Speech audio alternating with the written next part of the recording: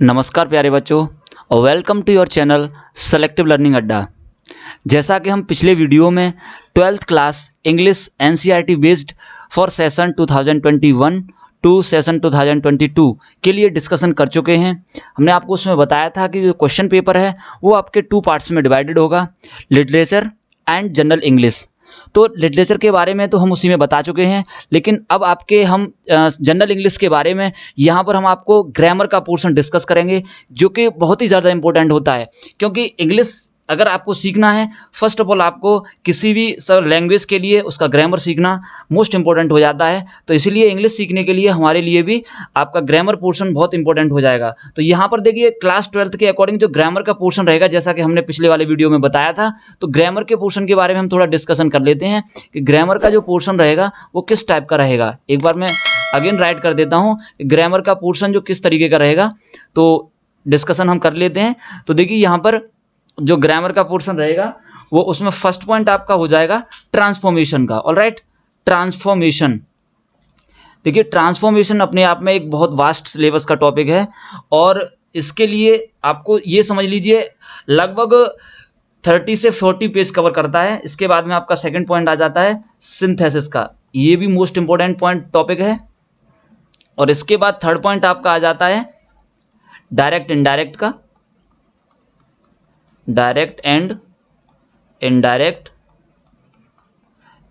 Speech, we can say narration. Alright, और आपका जो फोर्थ वाला पॉइंट आ जाता है, मोस्ट इंपॉर्टेंट टॉपिक है ये भी, वो आपका आ जाता है सिंटेक्स का।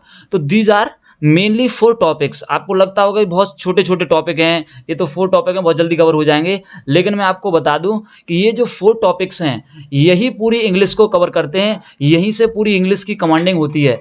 तो जनरली हम ऐसा कह सकते हैं कि ये टॉपिक अगर हमने कवर कर लिए इंग्लिश में, तो लगभग 60% इंग्लिश हमारे कवर में आ जाती है। तो यहाँ पर हम देखिए सबसे फर्स्ट वाला टॉपिक है जो आपका ट्रांसफॉर्मेशन, इसके बारे में हम डिस्कशन करेंगे। तो देखिएगा आप, अब मैं आपको बताना चाहूंगा कि देखिए ट्रांसफॉर्मेशन होता क्या है। ट्रांसफॉर्मेशन होता क्या भाई, ट्रांसफॉर्मेशन के बारे में इतना समझ लेते हैं। तो देखो प्यारे बच्चों, ट्रांसफॉर्मेशन की बहुत सिंपल सी डेफिनेशन है और आप इसको रिमेंबर रख सकते हैं कि ट्रांसफॉर्म का मतलब क्या होता है कि हम किसी भी थिंग को, उसकी जो आकृति है, उसका जो रूप है, उसको चेंज किए बिना उसको हम ट्रांसफॉर्म कर देते हैं। जैसे सपोज करिए कोई व्यक्ति है, दुबला पतला है, वो जिम गया, जिम में जाके उसने बॉडी बना ली, तो उसने क्या देखा, उसकी बॉडी ट्रांसफॉर्म हो गई, ठीक है, लेकिन उसकी शक्ल, उसका नाम वही रहा है, तो उसी को ट्रांसफॉर्मेशन बोलते हैं। सिमिलर यहाँ पर भी है, क्योंकि हम यहाँ पर इंग्लिश ग्रामर पढ़ रहे हैं, तो यहाँ पर हमें केवल और केवल सेंटेंस को चेंज करना है। तो इसकी डेफिनेशन जो हो जाएगी ना बच्चों, बहुत सिंपल हो जाएगी। तो क्या हो जाएगी, to change the sentences without changing their meanings. All right, without changing their meanings is called transformation. That is a simple definition. All right, तो ये आपकी ट्रांसफॉर्मेशन की सिंपल सी डेफिनेशन है। तो देखिए यहाँ पर हम ट्रांसफॉर्मेशन के लिए इतना बोल सकते हैं कि हम किसी भी सेंटेंस को उसके हम मीनिंग में बिना चेंजिंग किए हुए ही और उसको हम बदल दें। तो भाई वो वैसा तो आप सोच रहे हैं सर ऐसा कैसे पॉसिबल हो सकता है। अरे बिल्कुल हो जाएगा, उसी को तो ट्रांसफॉर्मेशन बोलते हैं। जैसा मैंने आपको अभी बताया, जस्ट जिम में गए, कोई दुबला पतला या कोई मोटा है, मोटा पतला हो जाता है, पतला मोटा हो जाता है, तो यही तो ट्रांसफॉर्मेशन होता है। तो देखिए मैं एक एग्जाम्पल लिख लेता हूँ बहुत सिंपल सा, ठीक है। जैसे मान लो एक मोहन नाम का लड़का है, ठीक है ना, कौन है, मोहन नाम का लड़का, गोज टू स्कूल समटाइम्स, ठीक है ना। अब आप जानते हैं ना गांव में क्या होता है, गांव में लोग आते हैं, वो कहते हैं मोहन है ना, वो कभी कभी स्कूल जाता है, क्यों जाता है अब ये तो पता नहीं। तो एक दूसरे काका आते हैं, वो कहते हैं अरे कुछ सीख पाए हो तुम इस सेंटेंस को दूसरी भाषा में बता के दिखाओ, तुम तो स्कूल जाते हो डेली, तुम दूसरी भाषा में बता गया। तो मोहन ने कही कि देखो मैं स्कूल भले ही नहीं जाता, लेकिन मैं इस सेंटेंस को दूसरे तरीके से बना सकता हूँ, बिल्कुल बना सकता हूँ। तो उन्होंने कहा अरे तो तुम्हें जानकारी है। तो देखो उन्होंने दूसरे तरीके से कैसे बनाया, Mohan does not always go to school. उन्होंने कहा हिंदी तो बताओ। मोहन हमेशा स्कूल नहीं जाता है। हमेशा स्कूल नहीं जाता है मतलब क्या हो गया, कभी कभी जाता है। काका बड़े खुश हो गए, उन्होंने कहा देख लो मोहन स्कूल नहीं जाता भले ही, लेकिन उसने बात बढ़िया बताई है। तो यहाँ पर प्यारे बच्चों हम कह सकते हैं कि ट्रांसफॉर्मेशन का एक्चुअल मीन्स यही होता है कि हम किसी भी सेंटेंस को विदाउट उसके मीनिंग में चेंजिंग किए उसको हम चेंज कर दें पूरी तरह से, वो सेंटेंस आपका ट्रांसफॉर्मेशन का कहला सकता है। जस्ट एग्जांपल आप देख सकते हैं कि मोहन स्कूल जाता ही नहीं था और यहाँ पर जा रहा है, ठीक है, क्योंकि देखो यहाँ पॉजिटिव है और यहाँ नेगेटिव है। तो यहाँ पर आप एक चीज देख सकते हैं कि मैंने इस नेगेटिव को पॉजिटिव में चेंज करने के लिए डबल नेगेटिव का यूज किया है, तब मुझे पता चला है। यानी कि यहाँ पर सम टाइम को ऑलवेज में या कुछ भी वो रूल्स के अकॉर्डिंग सब आगे हम डिस्कस करेंगे। ऑलराइट, तो देखिए अब हम यहाँ पर, ये तो मैंने आपको बता दिया कि किस तरीके से ट्रांसफॉर्मेशन होता है, लेकिन अभी इतना आसान नहीं है। इसके टॉपिक तो देख लीजिए एक बार, कितने टॉपिक्स हैं। तो देखिए सम जनरल रूल्स, मैं हेडिंग यहां पे लिख दे रहा हूं, some general rules for transformation. देखिए ट्रांसफॉर्मेशन के लिए जनरल रूल्स की तो बात कर दी है। अब जनरल रूल हैं कौन कौन से, आप एक बार देखोगे, आप कह रहे हो कि जनरल रूल्स हैं तो इजीली समझ में आ जाएंगे, लेकिन नहीं बेटा, ये इतने इजी नहीं है। देखो सबसे पहला पॉइंट आ जाता है इंटरचेंज। इंटरचेंज का मतलब होता है transformation. Interchange in sentences by removing and using adverb too. इसके बारे में हम आपको आगे बताएंगे कि एडवर्ब टू क्या होता है, इसके बारे में बताएंगे। Number second, interchange in degree of comparison. अब आप लोग कह रहे होंगे डिग्री क्या चीज होती है, तो देखो जिस व्यक्ति ने बीएससी कर ली गांव में उसके लिए क्या हो जाती है, डिग्री। तो यानी कि उसके पास एक विशेषता आ जाती है। तो जो डिग्री बनती है वो कहाँ से बनती है भाई, विशेषता से। और विशेषता को इंग्लिश में क्या बोलते हैं, एडजेक्टिव। तो यहाँ पर भी आगे हम डिस्कस करेंगे। उसके बाद में थर्ड पॉइंट आ जाता है आपका interchange in active and passive voice. Alright, active and passive voice ये तो सबने पढ़े होंगे, देखो 10th में भी पढ़ते हैं, 9th में भी पढ़ते हैं, छोटे छोटे एग्जाम में आते रहते हैं एक्टिव पैसिव। और छोटे छोटे एग्जाम में नहीं आते हैं, ये यूपीएससी के एग्जाम में तक आ जाते हैं एक्टिव पैसिव। इतने छोटे तुच्छु से मत समझना, बहुत बड़े हैं। लेकिन अब यहाँ हम स्टैंडर्ड क्लास में तो इसके स्टैंडर्ड के हिसाब से ही पढ़ेंगे। क्या ये सोच लो अरे एक्टिव पैसिव तो बहुत हम तो आते हैं, नहीं, यहाँ स्टैंडर्ड के लेवल से आएंगे। उसके बाद देखते हैं नंबर नेक्स्ट।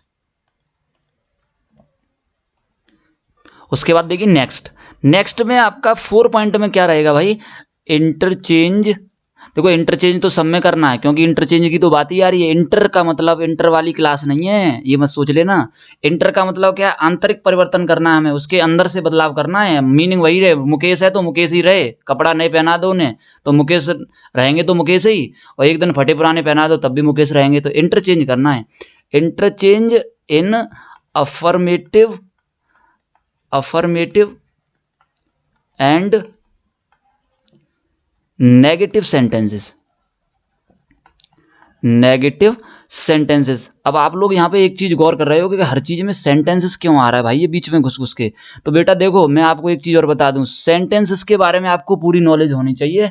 और सेंटेंसेस की क्लास अटेंड करने के लिए आप लोग हमारी एक वीडियो अभी हम जल्दी से अपलोड करेंगे, उसको भी आप देखें। वहां पर सेंटेंस पूरा डिस्कस किया जाएगा, सेंटेंस होता क्या है, सेंटेंस कितने प्रकार के होते हैं, वहां सब बताया जाएगा। अफर्मेटिव नेगेटिव क्या होता है सब बताया जाएगा। उसके बाद देखिए 5 पॉइंट में इंटरचेंज इन assertive एंड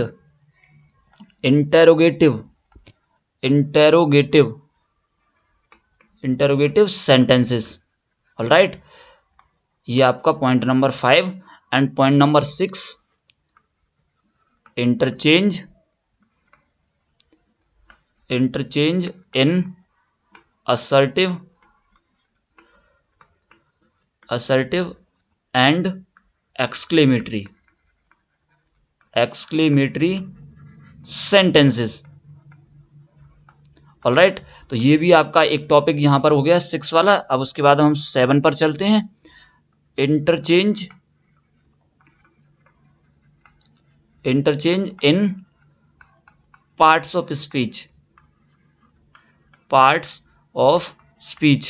इसके बाद में नंबर 8 में आ जाएंगे इंटरचेंज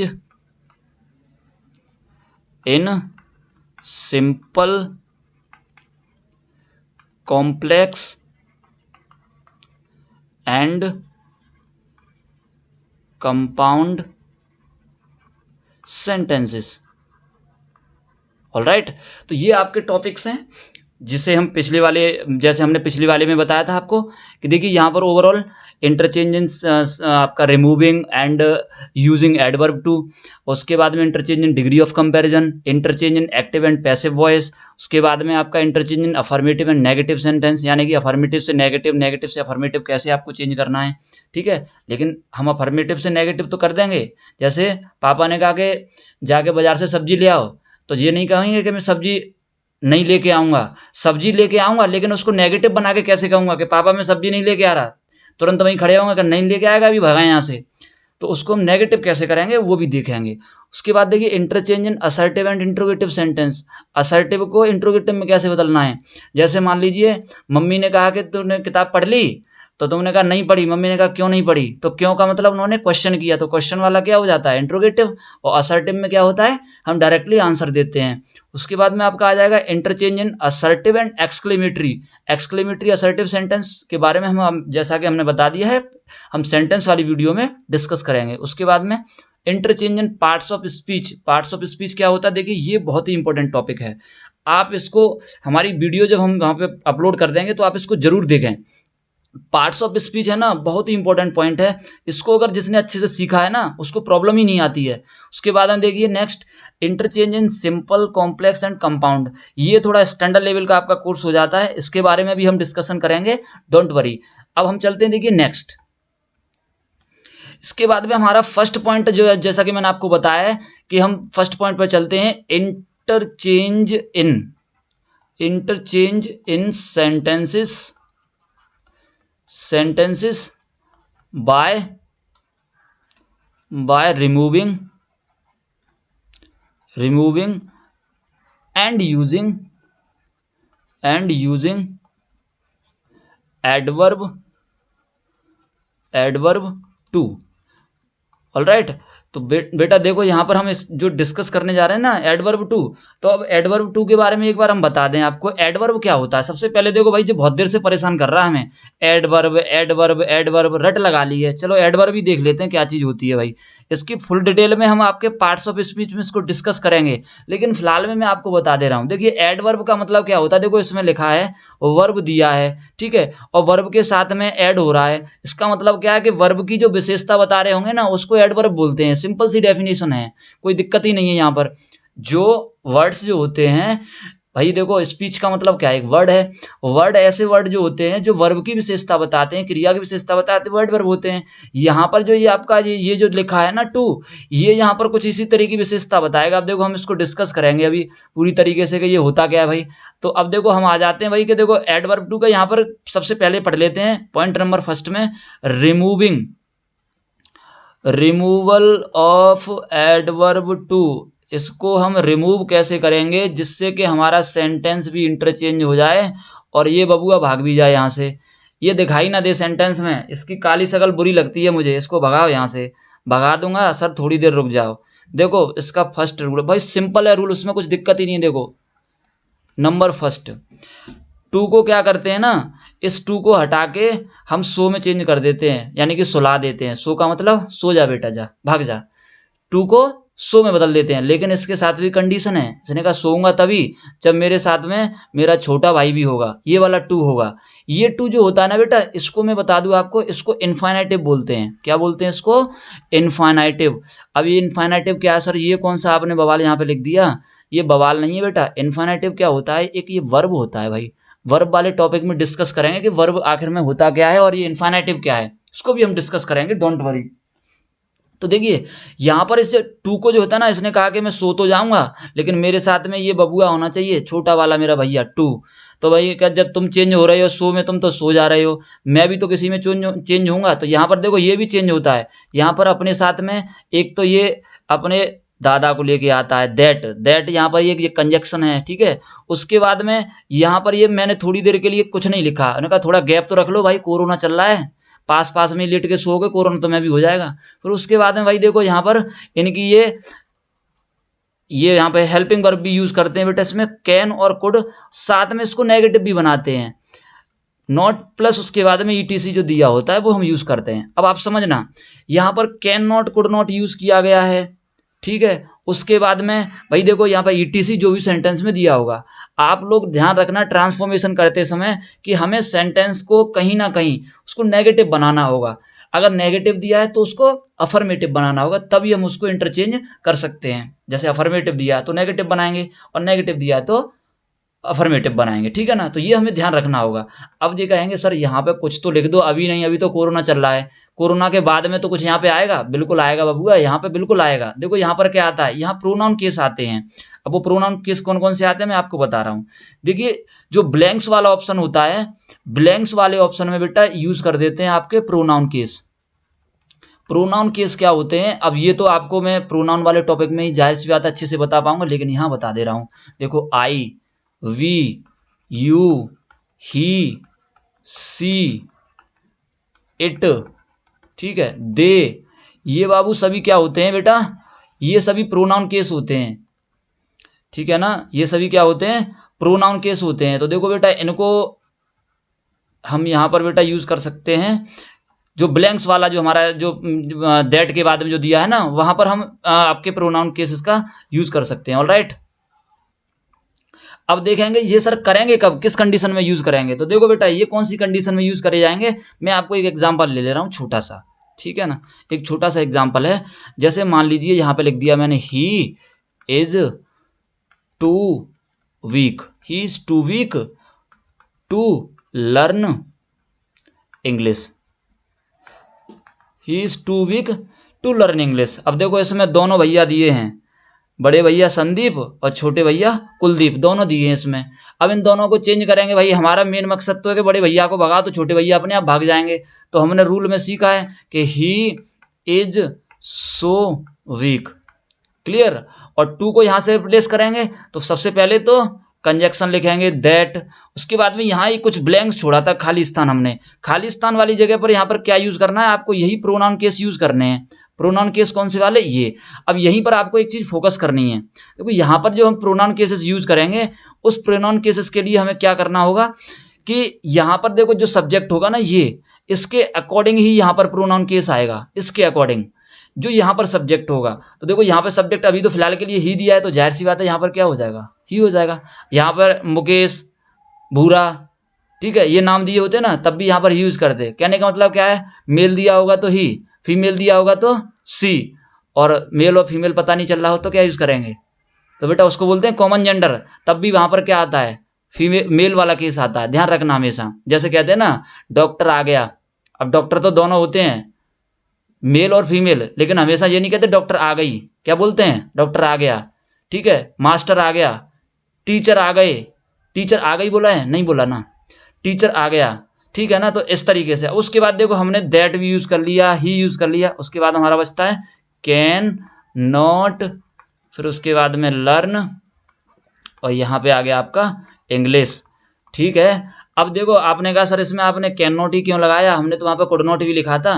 तो बेटा कुड नॉट भी यूज करेंगे, कुड नॉट कब यूज करेंगे, तो जैसा कि आपको मैं बता दूं, देखो यहाँ पर थोड़ी देर के लिए जो बेटा ये कैन होता है ना, वो प्रेजेंट की कंडीशन बताने के लिए, और जो कुड होता है ना, वो बेटा पास्ट की कंडीशन बताने के लिए। यानी कि पास्ट का टेंस जब होगा तब आप कुड यूज करेंगे, और जब प्रेजेंट का होगा तो वहां पर आप कैन यूज करेंगे। तो भाई देख रहे हैं ना कि ही इज टू वीक, अभी तो वो है, वो कहना वो बहुत कमजोर है का मतलब अभी तो जिंदा है, तो प्रेजेंट है, तो प्रेजेंट के लिए कैन।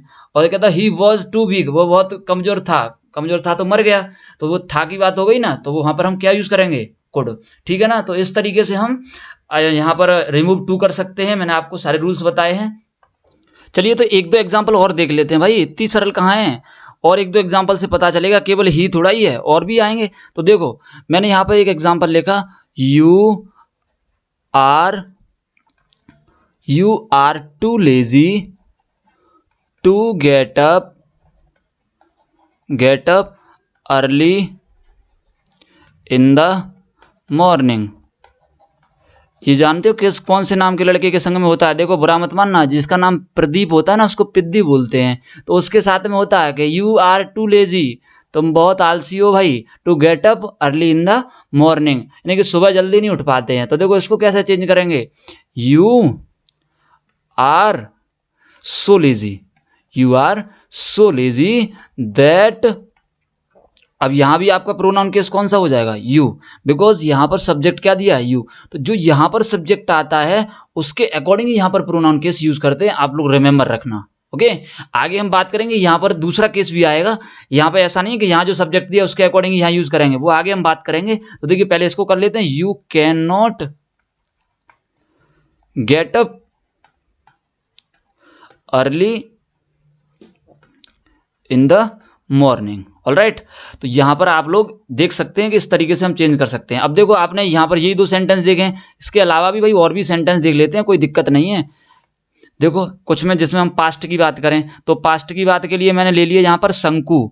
शंकु नाम का एक व्यक्ति था, was too honest to steal the gold watch. पहले भाई एक चैप्टर आता था द गोल्ड वॉच का 12th में, अब वो चेंज हो गया। तो एक शंकु नाम का व्यक्ति था, उसकी फैमिली में बहुत परेशानी थी। परेशानियां क्या थी, उसने छोटी छोटी लोन ले रखी थी, लोगों से कर्जा ले लिया था भाई, और उसको सैलरी जो मिलती थी ना बहुत कम मिलती थी। तो उसने क्या सोचा कि उसका एक बॉस था उसकी फैक्ट्री में, उसने कहा मैं उसकी सोने की घड़ी चुरा लूंगा, तो घड़ी चुराने से क्या होगा, मेरी फैमिली की जो प्रॉब्लम्स हैं वो दूर हो जाएंगी। लेकिन वो बेचारा था क्या पता है, देखो जो व्यक्ति गरीब होता है ना वो मन से बहुत ईमानदार होता है, तो वो ईमानदार व्यक्ति था एकदम शंकु। तो उसने कोशिश तो करी कि मैं चुरा लूंगा। देखो जो परेशानियां आती हैं तो व्यक्ति को शैतान बनाने पर मजबूर कर देती हैं, लेकिन वो मन से तो ईमानदार था, तो उसने कोशिश करी। लेकिन हुआ क्या, वो हुआ क्या यहाँ पे हम देख लेते हैं। शंकु वॉज सो ऑनेस्ट, शंकु इतना ईमानदार था that he could not steel the gold watch, वह उस घड़ी को चुरा नहीं पाया बेचारा। ठीक है ना, शंकु इतना ईमानदार था कि घड़ी को चुरा ही नहीं पाया। तो देखो यहाँ पर एक बात होती है ना, जो व्यक्ति गरीब होता है वो चोरी करने में ज्यादा इंटरेस्ट नहीं लेता है, वो कहता है मुझे 2 रोटी मिल जाए, शाम को मैं रोटी खा के चैन से सो जाऊं, खाना मिल जाए बहुत है मेरे लिए। तो ये ईमानदार लोगों की एक पहचान होती है। चलिए कोई बात नहीं। तो यहाँ पर बच्चों आप लोग समझ गए ना कि देखिए जो सब्जेक्ट दिया होता है उसके अकॉर्डिंग ही हम यहाँ पर प्रोनाउन केस यूज करते हैं। अब जैसे यहाँ पर शंकु था तो शंकु के अकॉर्डिंग मैंने ही लिया है। अगर यहाँ पर शंकी होती, उसकी वाइफ होती, तो यहाँ पर हम सी यूज करते, यहाँ आई लिखा हुआ था तो यहाँ पे आई यूज करते, यहाँ वी लिखा होता तो यहाँ वी लिखते। तो कहने का मतलब क्या है, इसके अकॉर्डिंग ही हम सब्जेक्ट का यूज करते हैं। तो आई होप आपको ये समझ में आया होगा कि हम कैसे एडवर्ब टू को रिमूव करते हैं व्हेन उसके साथ में आपको उसका छोटा भाई इन्फिनेटिव टू भी दिया होता है। ये वाला इन्फिनेटिव टू अगर ये दिया होता है तभी हम इसको यूज करते हैं। अब देखिए, अब मैं इसको थोड़ा ना अलग स्टैंडर्ड लेवल से ले जाता हूँ। स्टैंडर्ड लेवल से क्या बेटा, रूल नंबर 2 में आप लोग नोट कर लेना। देखो मैं जो बोलता हूँ ना उसको आप नोट्स बना लेना, ये आपके लिए बहुत इंपॉर्टेंट हो जाएंगे। देखो रूल नंबर 2 में क्या है कि यदि sentence subject plus verb plus two plus adjective, यहां पर बच्चों देखना जो ऑनेस्ट था ना वो एडजेक्टिव था, तो यहां पर टू के बाद एडजेक्टिव कंपलसरी आएगा, एडजेक्टिव नहीं आएगा तो समस्या होगी। उसके बाद में बेटा यहाँ पे फॉर दिया होगा और उसके बाद में क्या दिया होगा, नाउन। अब की बार भाई थोड़ी कंडीशन चेंज कर दी, उन्होंने कहा मेरी बन नहीं रही है, मेरे भाई से मेरी बन नहीं रही, तो पापा ने कहा कही कि नहीं बन रही है तो कोई बात नहीं, तुम अपने साथ अपने फ्रेंड के साथ सो जाओ, एफ फॉर फ्रेंड। तो यहाँ पर फॉर दिया है ना, फॉर प्लस नाउन दे दिया है। अब जब ये कंडीशन दी होगी ना बेटा तब इसको कैसे चेंज करोगे आप लोग समझ लो, बहुत सिंपल सी भाषा है, सेम वही है। इसमें क्या करेंगे हम, सब्जेक्ट प्लस वर्ब प्लस यहाँ पर तो आपको क्या करना है, सो यूज़ करना है। अब आप कह रहे हैं सर इसके साथ में छोटा भाई तो है नहीं, तो बेटा इसकी बन नहीं रही थी ना, इसलिए छोटा भाई नहीं, इसने अपने फ्रेंड को ले लिया है। तो देखो यहाँ पर एडजेक्टिव रहेगा, वही कंडीशन रहेगी सेम। एडजेक्टिव के बाद में फिर उसके बाद में बेटा यहाँ पर हम लिख लेंगे दैट, और दैट के बाद में वही यहाँ पर सब्जेक्ट केस हो जाएगा। उसके बाद में कैन ऑब्लिक कुड, प्लस यहाँ पर नॉट की आवश्यकता होगी तो नॉट यूज़ करेंगे। और उसके बाद में देखो यहाँ पर एक पॉइंट आप लोग ध्यान रखेंगे कि यहाँ देखो ये आपको ध्यान रखना है कि यहाँ वर्ब जरूर आना है, ये आप लोग ध्यान रखें, क्योंकि यहाँ पर देखो हमें आगे आपको क्लास में पढ़ाऊंगा कि देखो यहाँ पर दो क्लॉज बन जाते हैं, एक तो ये एक सेंटेंस बन जाता है पूरा यहाँ तक, और जैसे यहाँ दैट लगा देते हैं, दैट कंजक्शन हो गया, फिर यहाँ एक और सब्जेक्ट आता है, फिर एक ये क्लॉज अलग बन जाता है। तो जब दो क्लॉज बनते हैं तो एटलीस्ट उसमें टू वर्ब्स भी होनी चाहिए। तो यहाँ पर देखो नोट के बाद में वर्ब होना कंपलसरी है, तो वर्ब के लिए मैं आपको बताऊंगा अभी, वर्ब भी आएगा, और उसके बाद में नाउन। ऑलराइट, बहुत सिंपल सी बात है। अब देख लेते हैं भाई, मैंने एक यहाँ पर सेंटेंस लिखा एग्जाम्पल में, जैसे कमल इज टू विक्ड। विक्ड का मतलब जानते हो क्या होता है? विक्ड का मतलब होता है दुष्ट, ऐसा व्यक्ति जो जिसको लोग पसंद नहीं करते हों। फॉर अ लीडर, मान लो वो नेताजी उस पर खड़े हो गए, उन्होंने कहा प्रधानी का इलेक्शन लड़ना अब की बार, तो गांव के लोगों ने क्या कहा, जो ताऊ थे, कि कमल इज टू विक्ड, कमल बहुत दुष्ट है भाई, इसे वोट मत दे देना धोखे से भी, ये नेता नहीं बन सकता किसी भी हाल में। तो देखो भाई यहाँ पर लिखा है ना फॉर अ लीडर, यानी कि नेता बनने के लिए ये बहुत कम विक्ड है, दुष्ट है बहुत ज़्यादा, ये बुरा व्यक्ति है। अब देखो भाई इसको कैसे लिखेंगे, तब इसको हम ऐसे ही चेंज कर देंगे, Kamal is so wicked, Kamal is so wicked that, फिर यूज करेंगे ये जो फॉर है ना, इसको रिप्लेस कर देंगे दैट में। और उसके बाद देखो यहाँ क्या आता है, सब्जेक्ट, तो कमल के लिए क्या हो जाएगा, ही। और उसके बाद में क्या यूज करेंगे, कैन नॉट। और कैन नॉट के बाद में वर्ब, यहाँ पे वर्ब के लिए आपको ध्यान रखना है, जब कोई भी वर्ब नहीं दिया हो तब आप लोग ध्यान रखेंगे। तो यहाँ पर देखो वर्ब की मम्मी होती है, वर्ब की मम्मी, ठीक है ना, बी, इनको वर्ब की मम्मी बोलते हैं। इनके साथ में पूरा परिवार चलता है, देखो सब इनके 4-5 बच्चे हैं इकट्ठे, इज, आर, एम, ठीक है ना, वॉज, वर, और भी हैं, हैज, हैव, हैड, डिड, सब इनके बच्चे हैं, ये सब की मम्मी हैं। तो इनको ले आते हैं हम, क्योंकि इज, आर, एम तो हम यहाँ यूज कर चुके हैं, और देखो उसके बाद में एक हेल्पिंग वर्ब ऑलरेडी यूज कर चुके हैं, कैन, तो यहाँ पर हम मम्मी को ही लिखेंगे, ही can not be a leader. तो ये सेंटेंस भी हो गया इजीली, देख रहे हैं, कमल इज टू विक्ड, तो Kamal is so wicked for a leader that he can not be a leader, वो इतना दुष्ट है कि वो नेता नहीं बन सकता। ताऊ जी कह दी भाई तुझे वोट नहीं मिलेगा गांव में से, भाग जाए यहाँ से। दूसरा एक और सेंटेंस देख लेते हैं, देखो, आई एम, एम को हटा दें भाई, एम तो बहुत बार लिख लिया है ना, अब थोड़ा पास्ट में लेके चलते हैं। पास्ट के लिए मैंने लिख लिया आई वॉज टू सेम्ड, ठीक है ना, सेम्ड, सेम्ड का मतलब क्या होता है, शर्मीला, ठीक है ना। शर्मिला का मतलब क्या है, जब गांव में कोई भी भाभी जब कह देती है ना आ जाओ नेक देवर जी इधर, तो वो क्या शर्मा जाते हैं, तो यहाँ पर उसको हम क्या कह सकते हैं, सेम्ड। फिर उसके बाद में for, I was too shamed for, यहाँ पर फॉर राइट कर लेते हैं, फॉर मैंने लिख लिया यहाँ पर सिंगर या डांसर लिख लेते हैं भाई, सीधी सी बात है, क्योंकि नाचने के लिए भाभी बुलाती हैं जब गाने बजते हैं तब। तो देखो इसको कैसे लिखेंगे, I was so सेम्ड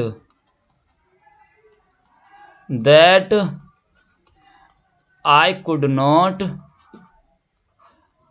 not be a dancer,